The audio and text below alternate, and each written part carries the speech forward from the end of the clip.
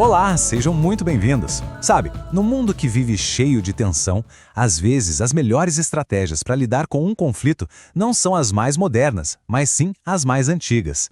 Hoje, a gente vai mergulhar numa sabedoria de milênios para descobrir como a gentileza e o autocontrole podem ser, na verdade, as nossas ferramentas mais poderosas. A gente começa com essa imagem, uma imagem bem forte, baseada num provérbio antigo. Como a cidade derrubada, sem muro, assim é o homem que não pode conter o seu espírito. Essa vai ser a nossa base. E ela já nos força a pensar, será que a nossa maior proteção vem de fora ou ela está dentro de nós? Vamos começar explorando essa metáfora central, a ideia do domínio próprio como um muro de proteção para o nosso espírito. É aqui que toda a nossa estratégia se fundamenta. Pensa nisso na prática. Sem esses muros internos, a pessoa fica totalmente exposta.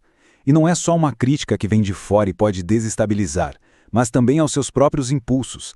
A fraqueza, então, não é não ter poder sobre os outros, é não ter governo sobre si mesmo.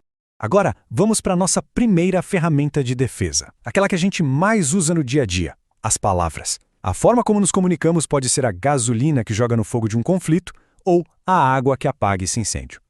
Essa é a questão principal, né? A nossa intuição muitas vezes grita para a gente usar a força, para dar uma resposta à altura. Mas essa sabedoria antiga nos convida a pensar o contrário. E se a abordagem mais sutil, mais paciente for, na verdade, a mais poderosa de todas?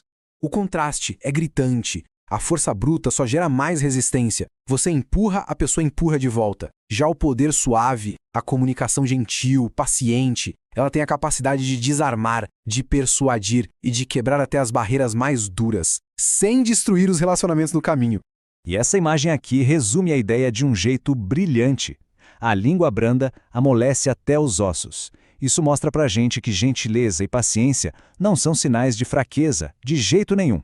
São, na verdade, uma forma de poder estratégico, um poder que penetra onde a força bruta não alcança. Então, proteger nossas palavras é também saber a hora e o jeito certo de usá-las. Uma palavra dita no momento exato é como uma obra de arte, algo valioso e bonito. Por outro lado, palavras ditas com raiva, sem controle, são como armas. Um martelo, uma espada, uma flecha. Elas só causam destruição e não resolvem absolutamente nada. Bom, agora vamos analisar uma das estratégias mais contraintuitivas e, talvez por isso mesmo, mais poderosas para lidar com a hostilidade. O que fazer quando alguém se declara abertamente seu inimigo? A estratégia proposta é de uma simplicidade radical. Se um inimigo precisa de ajuda, a orientação é direta. Se ele tem fome, dê pão. Se tem sede, dê água. Isso quebra completamente o ciclo do olho por olho. Em vez de vingança, a resposta é o sustento. E aqui está a lógica por trás dessa tática. Não se trata de causar um dano, de queimar a pessoa. Amontoar brasas vivas na cabeça de alguém é sobre acender a consciência da outra pessoa. A gentileza inesperada pode gerar um constrangimento que faz o outro questionar as próprias atitudes e isso, efetivamente, desarma o conflito de dentro para fora. E olha, esses princípios não se aplicam só entre iguais, não. Eles são cruciais quando a gente interage com figuras de autoridade, seja no trabalho, na comunidade, enfim, em qualquer estrutura de poder. A instrução aqui é bem direta. Diante de quem tem poder, se exaltar é perigoso. Tentar forçar um reconhecimento ou tomar um lugar de destaque sem ser convidado demonstra uma falta de noção. E isso não é visto como ambição, mas como arrogância. O resultado mais provável, a humilhação pública. Esse provérbio resume perfeitamente a estratégia. É muito melhor que te convidem a subir do que ser rebaixado na frente de todo mundo. A lição é deixar que o seu valor seja reconhecido pelos outros, em vez de ficar anunciando. A paciência e a humildade, nesse contexto, são táticas de poder muito mais eficazes a longo prazo. E essa mesma prudência se estende às nossas relações mais próximas.